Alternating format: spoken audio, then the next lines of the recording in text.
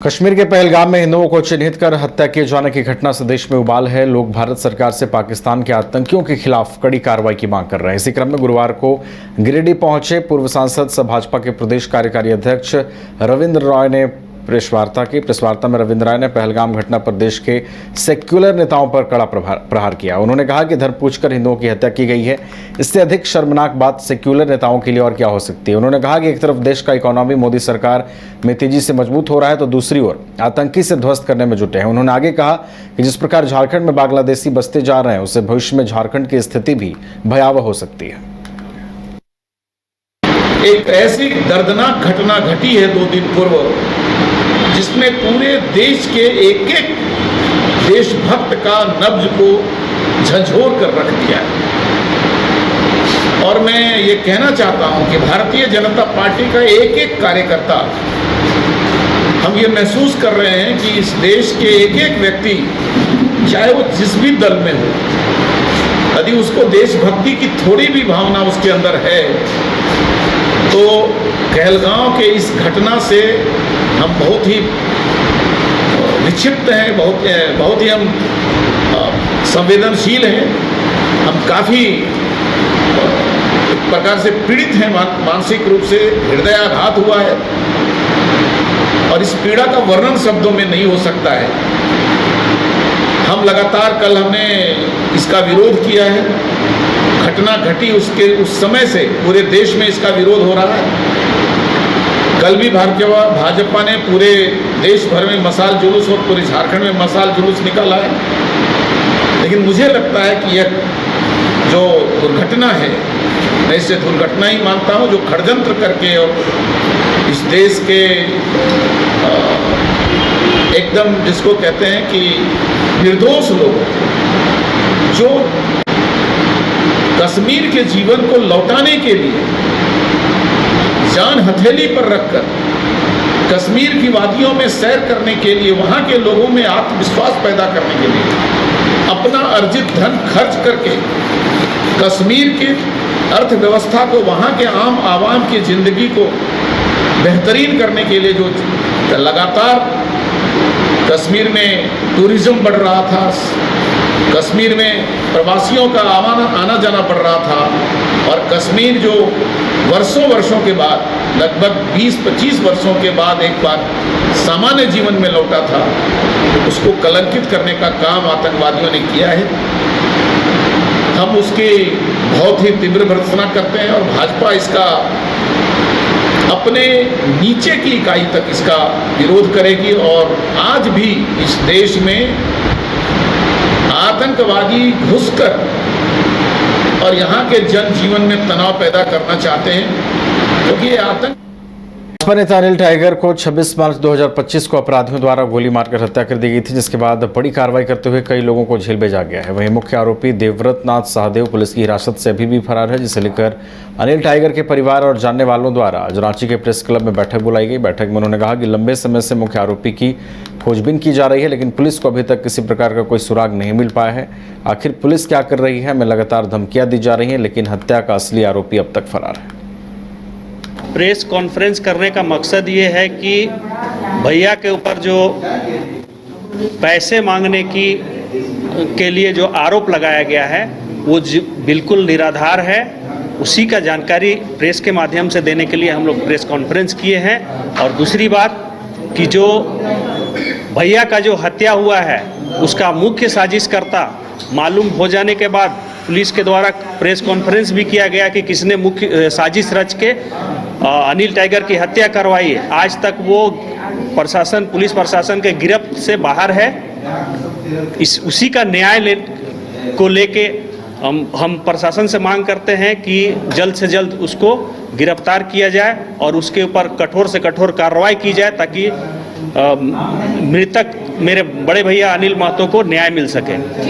आज का press conference इसलिए बुलाया गया कि भैया के ऊपर मरने के बाद और मैंने उनके ऊपर ब्लेम लगाया कि वो पैसा का डिमांड किए हैं। दूसरा है कि अभी तक मेन हत्यारा जो साजिश करता है अभी तक गिरफ्त से बाहर है। इसी के उद्देश्य से हमें प्रेस वार्ता बुलाए हैं और जितना हम प्रशासन से भी मांग करें कि जितना जल्द से जल्द हो उनको न्याय मिले और उनके ऊपर जो लगा हुआ पैसा को जो धब्बा है ये बिल्कुल निरासर गलत है और इसके लिए हमें बुलाया है।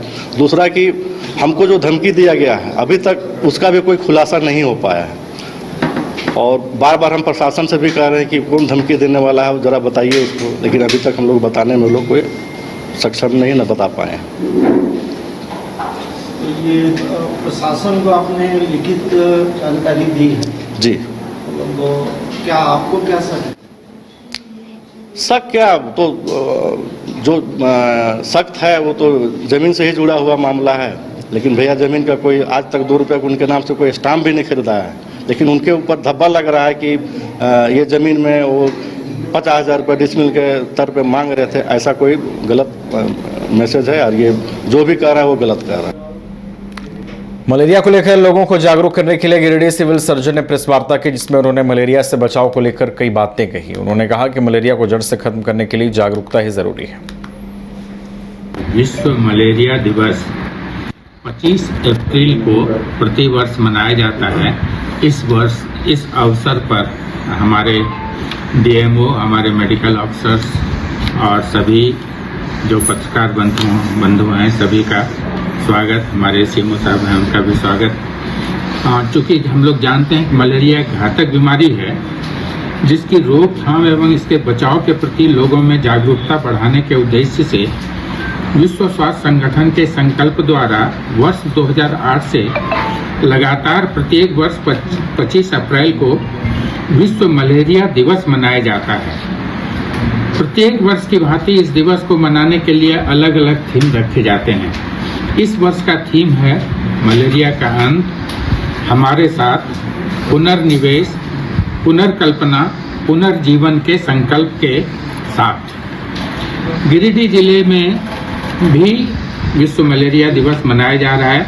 विदित है कि वर्ष 2030 तक मलेरिया उन्मूलन का लक्ष्य निर्धारित। सिमडेगा जेल में सायरन और घंटी बजने से लोग चौंक गए। लगातार घंटी बजने के बाद लोग एक्शन में आए, जिसके बाद सभी ने चौकस होकर अपनी पोजीशन ली। सभी जेल के अंदर गए, पूरी छानबीन की गई। पूरे जेल को पुलिस जवानों ने चारों तरफ से घेर लिया। इस दौरान वहां अग्निशमन विभाग की गाड़ी और एम्बुलेंस के साथ डॉक्टर की टीम भी पहुंची।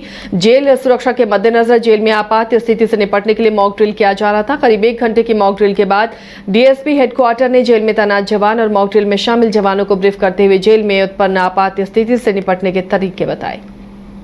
सेलों में आप बंद कर सकें। नेक्स्ट 2 मिनट में सबको सेलों में अंदर कर दें।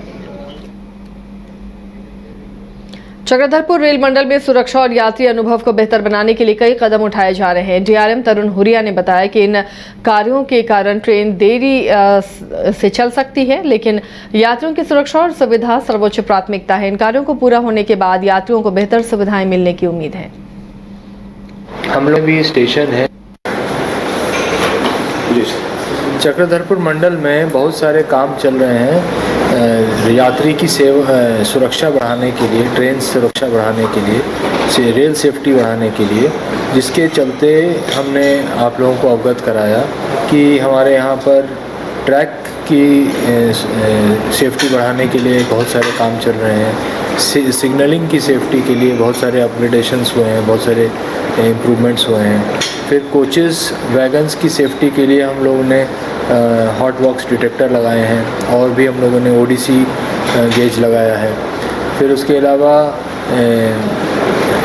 पुराना जो हमारा बैकलॉग है या जो हमारा मेंटेनेंस है उसको हम लोग इम्प्रूव करने के लिए हम लोग रेगुलर ब्लॉक्स दे रहे हैं, मेगा ब्लॉक्स कर रहे हैं, जिसके चलते कुछ गाड़ियां जो हैं वो रीरूट हो रही हैं, कुछ गाड़ियां शॉर्ट टर्मिनेट हो रही हैं, कुछ गाड़ियां अनफॉर्चुनेटली लेट हो रही हैं। तो हम लोग वो कोशिश कर रहे हैं कि पहले जो है सेफ्टी पहले है, और वो हम लोग कोशिश कर रहे हैं कि ये काम जो है अच्छे से हो ताकि यात्रियों के लिए आगे वाले समय में गाड़ियां अच्छे से चलें।